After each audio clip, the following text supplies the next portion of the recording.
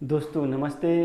दोस्तों आज इस बात पर चर्चा की जाएगी कि क्वालिटेटिव स्टडी और क्वांटिटेटिव स्टडी में क्या अंतर होता है। देखिए कौन सा बेहतर होता है, एक स्टूडेंट के लिए कौन सा सुपर होगा, किसको फॉलो करना चाहिए। देखिए स्टूडेंट को तो फॉलो क्वालिटेटिव स्टडी ही करना चाहिए, क्वांटिटेटिव स्टडी पर कम ध्यान देना चाहिए, क्योंकि स्टडी का कोई पैमाना या मात्रक नहीं होता है।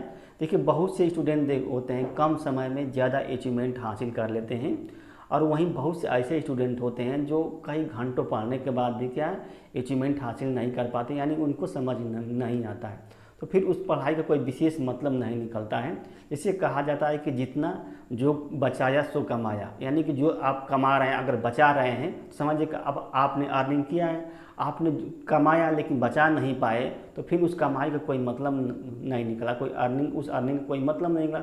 उसी तरह से पढ़ाई में अगर आपने क्या है जो पढ़ा और समझ में आ गया, समझिए कि आपने पढ़ाई किया है, आपने खूब पढ़ा, कई घंटों पढ़ा लेकिन समझ में नहीं आया, तो फिर उस पढ़ाई का कोई मतलब नहीं लिखा।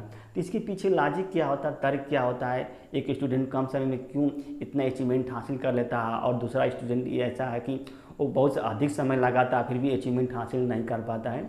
तो स्वाभाविक बात है कि जो स्टूडेंट कम समय में ज़्यादा अचीवमेंट हासिल करता है उसका कंसंट्रेशन जो होता है बहुत हाई लेवल पर होता है, वो अपने आप को क्या होता है वर्ल्ड से, संसार से, सोसाइटी से डिस्कनेक्ट हो जाता है कुछ समय के लिए जब तक वो पढ़ता है।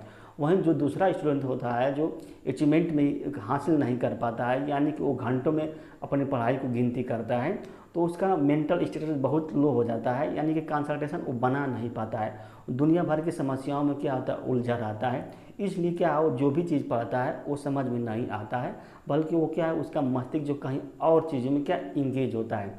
तो आप इन सब समस्याओं से बचेंगे तभी क्या है क्वालिटेटिव स्टडी कर पाएंगे। अगर आप इन समस्याओं से नहीं बचेंगे तो क्वालिटेटिव स्टडी नहीं कर पाएंगे।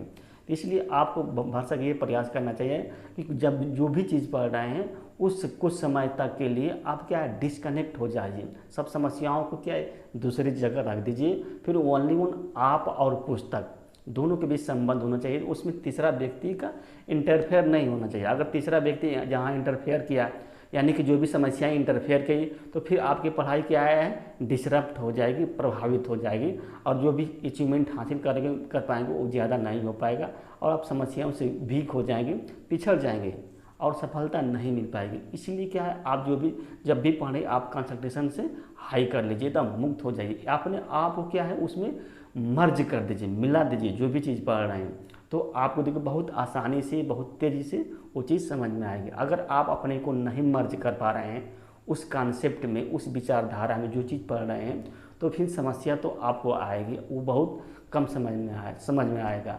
ठीक है।